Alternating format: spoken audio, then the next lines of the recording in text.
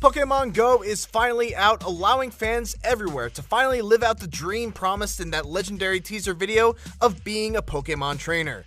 Well, I mean kind of. This is a far cry from, well, this, but it's here. It's available on both iOS and Android devices, and here are 10 things you need to know when you start a new game of Pokemon Go. At number 10, get a grip on the tracking system and use it to your advantage. Niantic hasn't given players many answers to the multitude of questions players have, but we have learned how many systems work.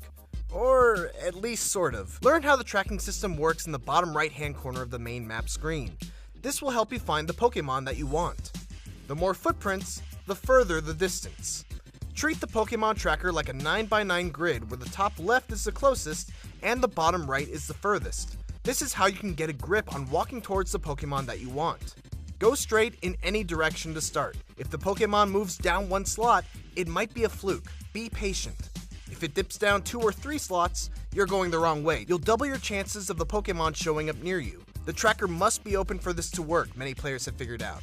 It's a weird and vague system, but it helps. Number 9, catching Pokemon. Catching Pokemon will obviously be your top priority when you start up Pokemon Go for the first time, and as such, it's really important to know the tips that come along with catching Pokemon, especially since you only have a limited number of Pokeballs. The little circle at the center of the screen is not only an indicator of timing, but it also lets you know how difficult this Pokemon will be to catch.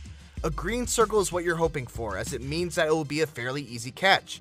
Yellow is a step up, but still very manageable. Orange and red are very difficult captures, and chances are you're gonna want to use a better Pokeball or risk wasting a bunch on a failed capture. As far as timing is concerned, you should try to throw the ball when the circle is at its smallest. That will give you the best chance of capturing the Pokemon. I'd also recommend using your index finger as opposed to your thumb to increase your accuracy. Number 8, Pokestops. Unlike Pokemon, Pokestops will not cause your phone to vibrate when nearby, so you actually have to actively plan to visit a Pokestop or actively know when you're near one, because in order to reap the benefits of them, you need to be close by. When you spot a blue Pokestop on the map, you can touch it to reveal the name of the location along with a picture of it that can be spun.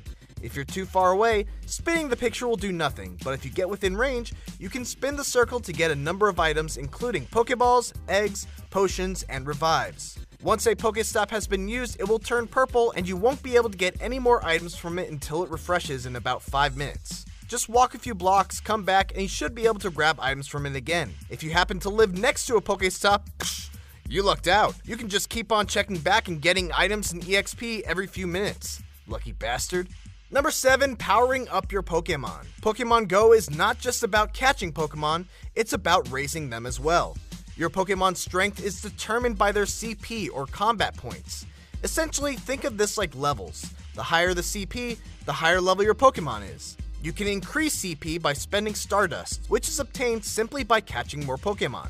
Of course, you can also evolve your Pokemon, but unlike the actual games, this isn't tied to a Pokemon's level or a special stone. Instead, evolving Pokemon is done by getting enough of that specific Pokemon's candy. Every time you catch a Pokemon, you'll gain some candy for it, but you can also gain extra candy by capturing extra Pokemon of that same type and then transferring them to Professor Willow. Just make sure that you check the stats of the Pokemon you want to transfer, because once they're gone for good. Why would you go through the trouble of powering up your Pokemon, you ask? Well, number 6, challenging gyms.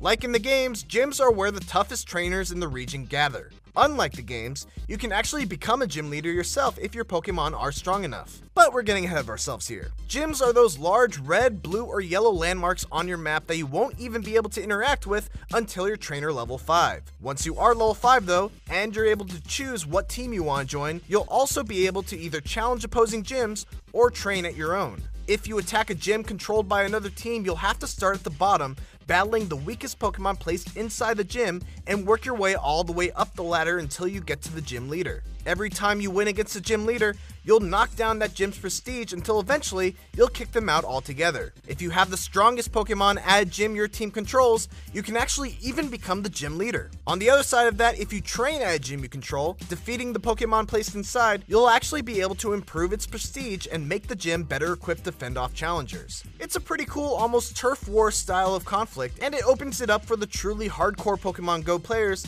to get something out of their time spent by potentially being able to become gym leader. Number 5, data and battery usage. As cool as Pokemon Go is, it really takes a toll on your battery. Fortunately, the game has an in-game battery save option that can be turned on and off. And if battery is a concern, you're definitely going to want to know about it because it manages to keep on all the important features like GPS and notifications when Pokemon are nearby, while making it so that the app drains a lot less battery while it's on. Data usage is also a potential concern for people with small data plans. According to player testing, the game will use up about 0.01 gigabytes an hour, which may not sound like a whole lot, and to be honest it's not, but it's still worth keeping track of when added to your already existing data usage habits.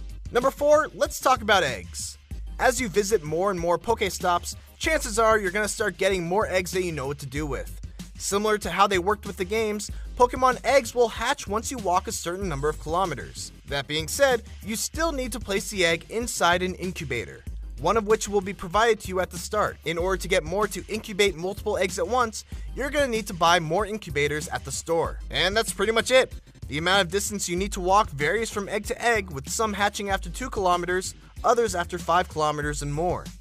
Number 3, the Pokeshop. Pokemon Go is a free app and you can do all the basic things like catching Pokemon, visiting Pokestops and reaping the rewards. And while Pokeballs aren't free, you get a ton of them at the start of the game and more whenever you level up. That being said, those who are willing to cough up some real-life money are definitely going to find themselves able to make a lot more progress a lot faster. Players can buy Pokecoins, which will enable them to buy Pokeballs, incenses to make Pokemon come to you for a limited amount of time, the aforementioned incubators to speed up the egg hatching process, lucky eggs that will double your EXP game for a limited amount of time, and lure modules that will attract Pokemon to Pokestops, with other people also being able to benefit from the effect. Ultimately, it follows the usual tactic of free-to-play phone games of catering to those who have more money than they have time, which is kind of a bummer since it means that those who spend more money are likely going to be the ones heading up the gyms.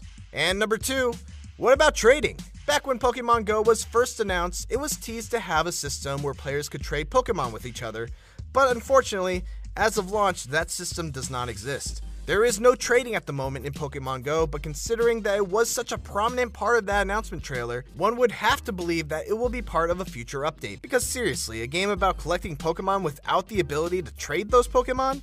And finally, number 1, seriously you guys, be careful when playing this game. It's great that a game like Pokemon Go is able to encourage people to get out of their house and walk around outside and actually rewards them for doing so, but like the game says, remember to be alert at all times.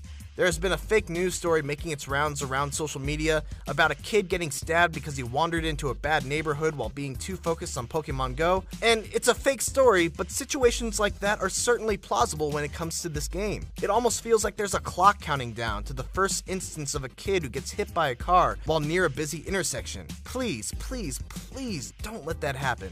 And those are 10 things to know about Pokemon Go. The game is definitely in a super rough state right now due to the server stress of its launch because of its popularity, but there's a really cool idea at the core of this game, and like I said before, it's pretty awesome to have an app that gives hardcore Pokemon fans an extra reason to get up, walk around, and explore new places. Thanks for watching this video, and hey, if you enjoyed it, why not do us a huge favor and drop us a like? If you're not already, subscribing is a great idea because we here at GameRanx put out awesome videos every single day. Thanks once again, and I'll see you next time.